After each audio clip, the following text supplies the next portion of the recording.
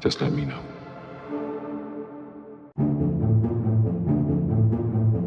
In 1950, an article was published in multiple American newspapers highlighting numerous unexplained disappearances between the coast of Florida and the island of Bermuda. The article details 5 separate incidents over the previous half-decade in which 1 boat, 9 planes, and some 135 civilians and crewmen vanished without a trace.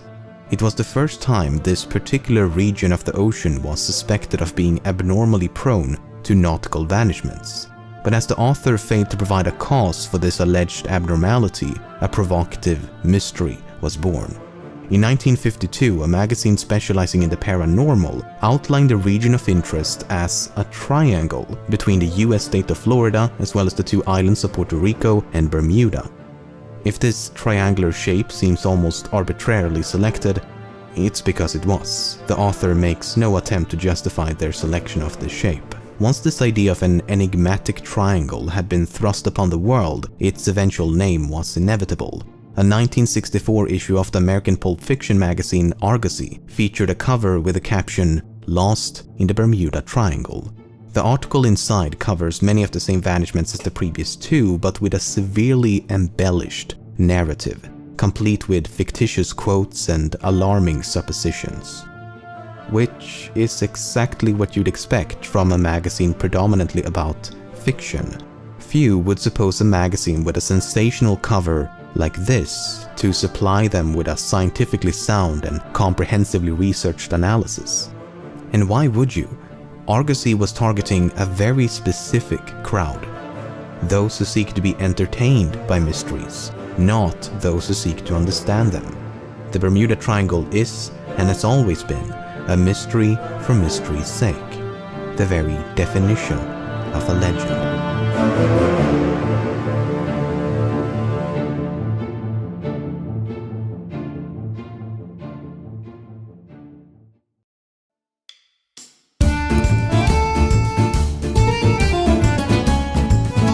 One of the oldest stories said to exemplify the mysterious qualities of the Bermuda Triangle is that of the first transatlantic voyage by Christopher Columbus in 1492.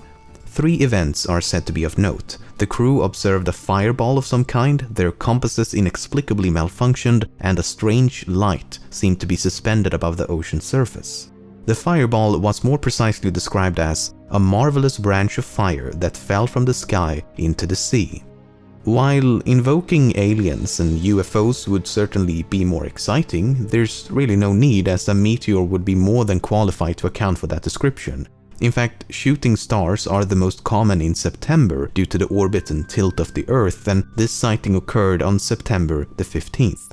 On September the 17th, the crew noticed their compasses misaligned with the North Star.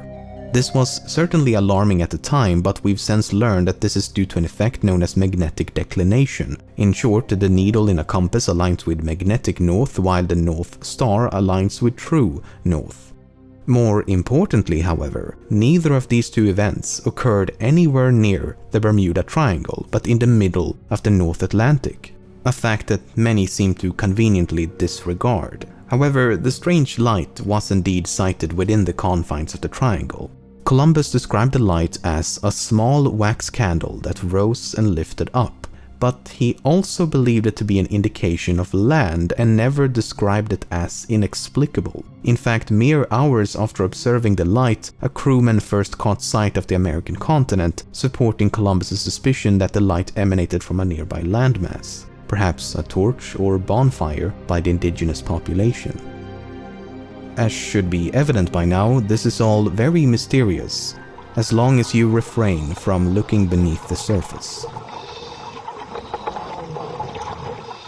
447-149, Jack! Tell me something. What the hell is happening here? It's flight number 19! 19 what? It's that training mission from the Naval Air Station at Fort Lauderdale!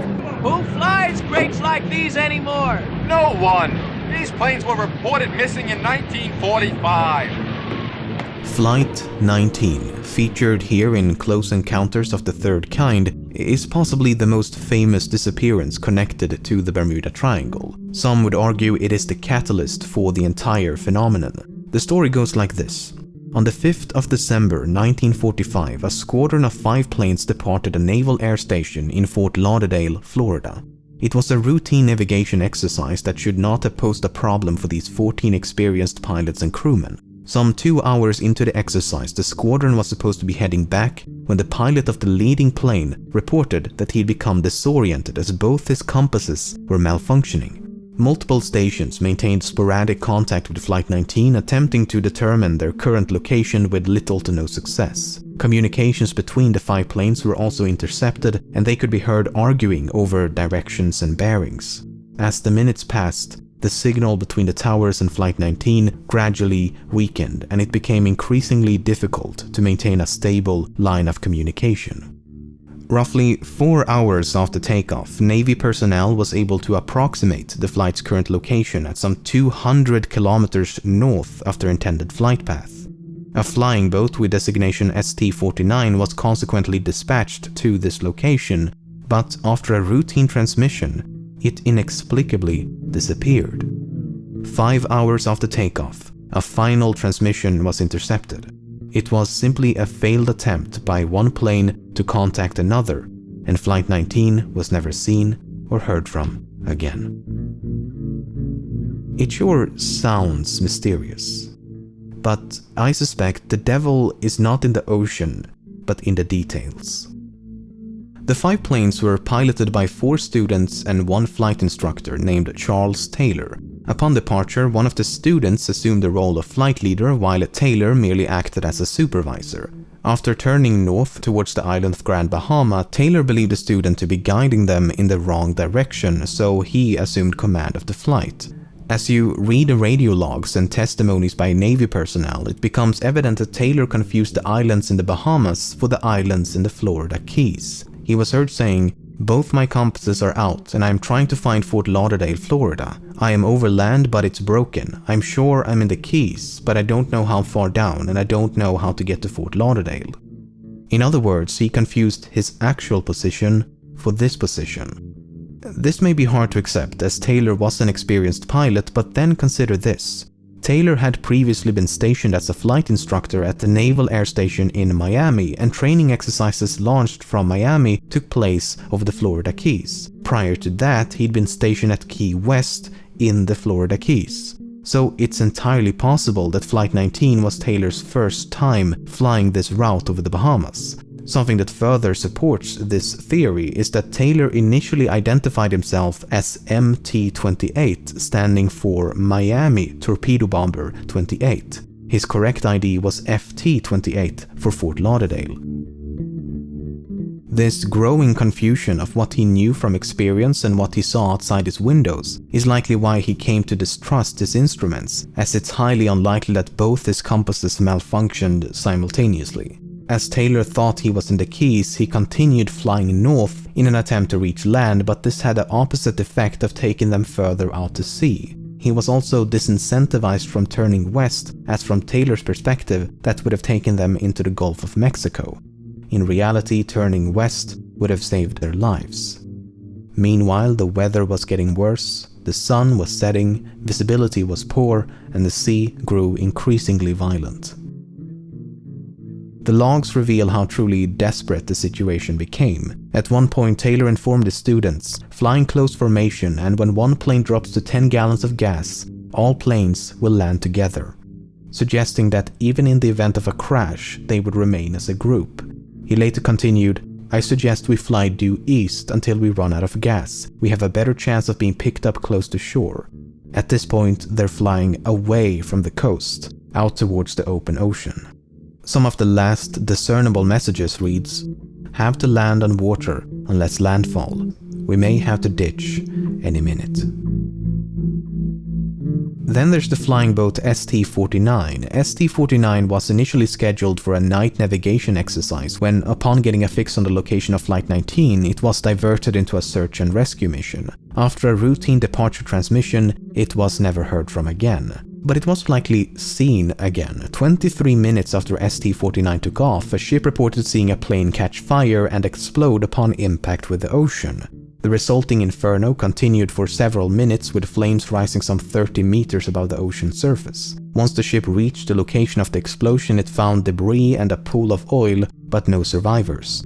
Yet another ship equipped with radar observed as a plane vanished from the screen at the exact same time the explosion was sighted. While an explosion is certainly surprising given that pre-flight checks revealed nothing of note, the plane had went aground due to a malfunctioning engine the day before. What exactly went aground entails is not elaborated upon, but it did warrant inspection of the plane's hull. Some Navy personnel immediately presumed the reported explosion was linked to the missing ST-49. Despite a systematic and week-long search involving tens of ships and hundreds of planes, nothing and no one was ever found. Though multiple planes and ships did report sightings of flares and various debris, all available evidence suggests that Flight 19 crashed into the ocean once they ran out of fuel, while ST-49 combusted and exploded, possibly due to a malfunctioning engine. The 6 planes and all 27 airmen aboard sank into the ocean, leaving no trace behind. But not every incident can be so thoroughly explained.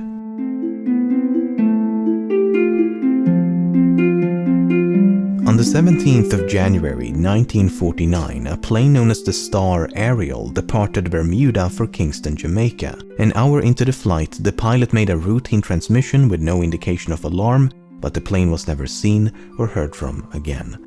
There was no evidence of a crash and no distress call had been received. The weather was excellent for the entire duration of the flight. The pilot and his crew was highly experienced and had flown this specific route many times before, and the plane was in working condition prior to departure. A succeeding investigation failed to determine a probable cause due to a lack of evidence. But what makes this even more mysterious is that a sister plane known as the Star Tiger had vanished under similar circumstances the year before. On January the 30th, 1948, the Star Tiger disappeared while approaching Bermuda from the east. The pilot and the rest of the crew were highly experienced, but the weather was not ideal with strong winds and heavy rain. The strong winds had blown the plane off course just an hour before their last transmission, and they were never seen or heard from again. The succeeding investigation concluded, "In closing this report, it may truly be said that no more baffling problem has ever been presented for investigation. What happened in this case will never be known, and the fate of Star Tiger must remain an unsolved mystery."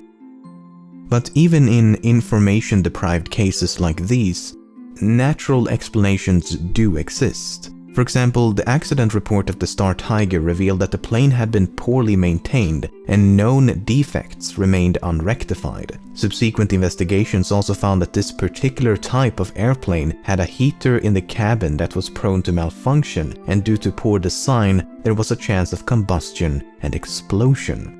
2 pilots experienced with this type of aircraft believed this was a real possibility, and one of them stated, "My theory is that hydraulic vapor escaped from a leak which got onto a hot heater and caused an explosion."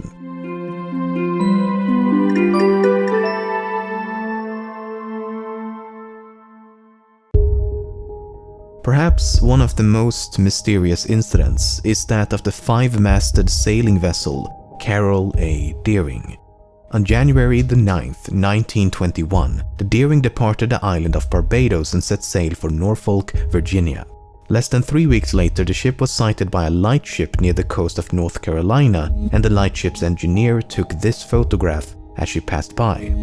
The person at the helm of the Deering hailed the lightship and used a megaphone to inform them that they had lost both their anchors. The ship then progressed up the coast towards Norfolk, but she never arrived. 2 days after the sighting by the lightship keepers, the Deering was located by the Coast Guard. The ship had run aground in an area known as the Diamond Shoals and appeared to have been abandoned.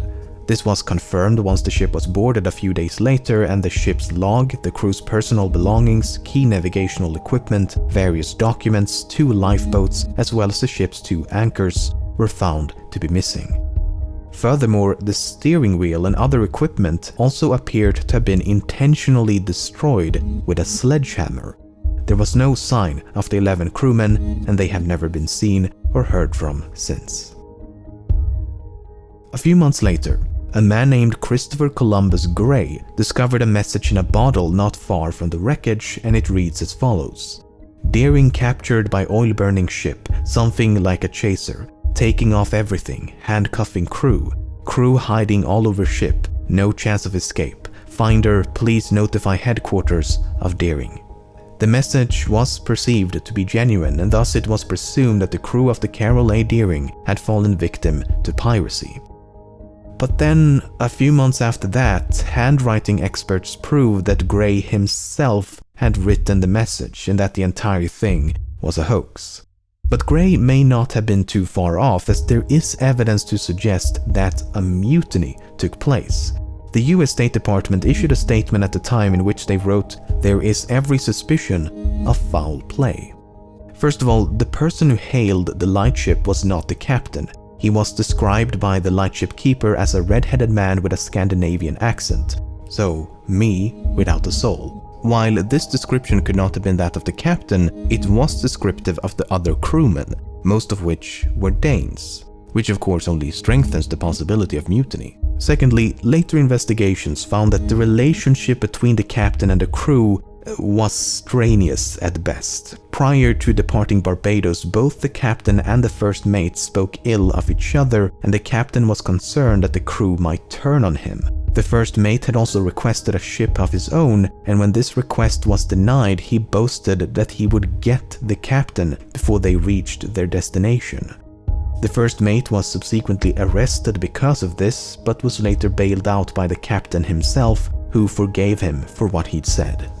So there's plenty of evidence to suspect a mutiny. Nevertheless, this cannot fully explain why the ship was subsequently abandoned or why the crew disappeared so completely.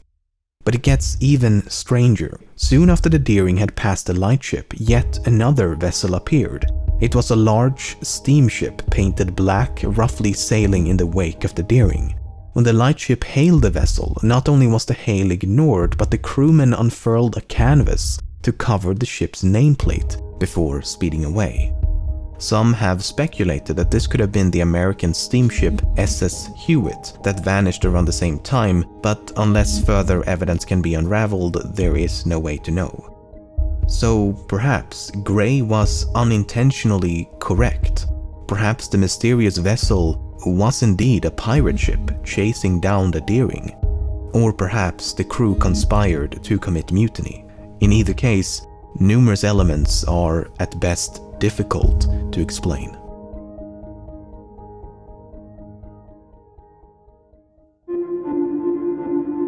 To conclude this video, I'd like to talk about the triangle itself. If the Bermuda Triangle was anything but a legend, why is it not marked on publicly available maps and nautical charts? If the US Coast Guard is so concerned with the safety of others, don't you think they have a responsibility to warn the populace about this abnormally dangerous region of the ocean? Yet they and every other relevant authority willfully allow hundreds of ships and planes to sail and fly through the region every single day without as much as a warning. If we need a sign for wet floors, a sign for imminent death by supernatural forces seems justifiable.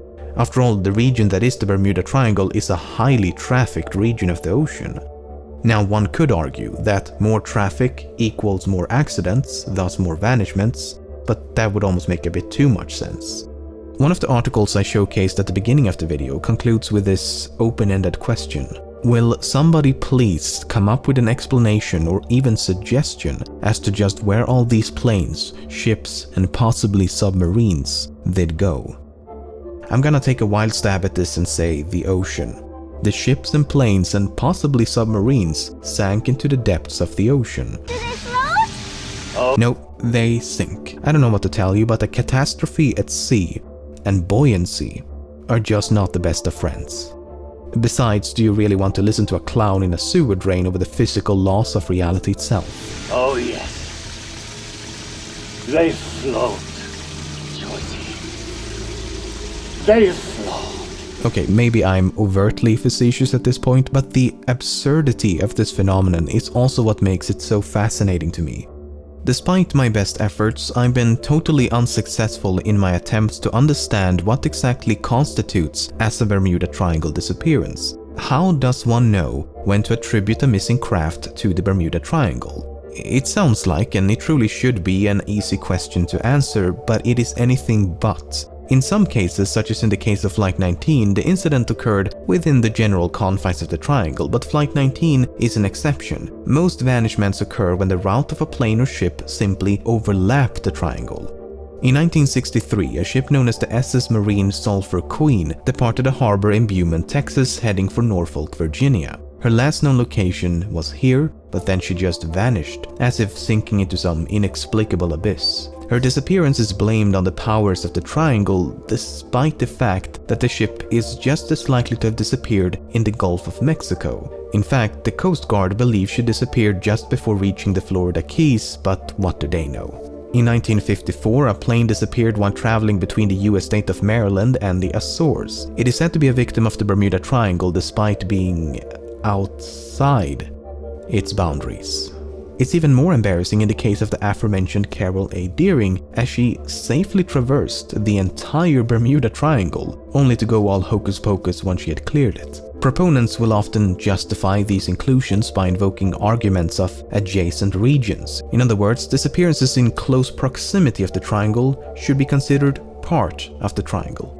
Okay, but how far do these adjacent regions extend? Is the Gulf of Mexico an adjacent region? The Caribbean Sea? The coast of Brazil? The coast of Nova Scotia? The entire North Atlantic, perhaps? If that's the case, why even bother with a triangle to begin with? I've compiled a list of some 40 disappearances said to be connected to the Bermuda Triangle, and if they are all to be included, I think we need a bigger triangle. If anything, the true mystery behind the Bermuda Triangle is why people so adamantly insist upon it being mysterious. As far as I can tell, there is nothing uniquely conspicuous about this location as compared to the rest of the ocean. Ships and planes vanishing without a trace is unfortunately quite common and certainly not limited to a corner of the North Atlantic Ocean. The amount of vanishments in a given area is largely dependent on factors such as the amount of traffic, the frequency of adverse meteorological phenomena, and the presence of powerful oceanic currents. The Bermuda Triangle ticks all three boxes. There's a ton of traffic, it is frequently invaded by hurricanes and storms, and it is intersected by the Gulf Stream. But I have to say the most crucial flaw of this alleged enigma is the variation. The fundamental aspect of the Bermuda Triangle is that these incidents can somehow be correlated, yet each disappearance could not be more different. Some vanishments occur during a storm, some when the sky is clear, some when the sea is turbulent, some when the sea is calm, some during the day, some during the night. Probable causes include mechanical failure, explosions, human error, sabotage, fuel starvation, inexperience, piracy, mutiny, etc. Some ships and planes are brand new, some are many decades old, some are extremely large, some are tiny. Bodies, debris and wreckage can at times be recovered, other times it cannot. A distress signal is sometimes transceived, sometimes it is not. It involves every type of vessel and every type of aircraft. They can be traveling at any speed, in any direction, at any altitude, with any number of passengers for any amount of time, for any reason. Whatever this mysterious force is, it is certainly not selective about what, when, or how it strikes.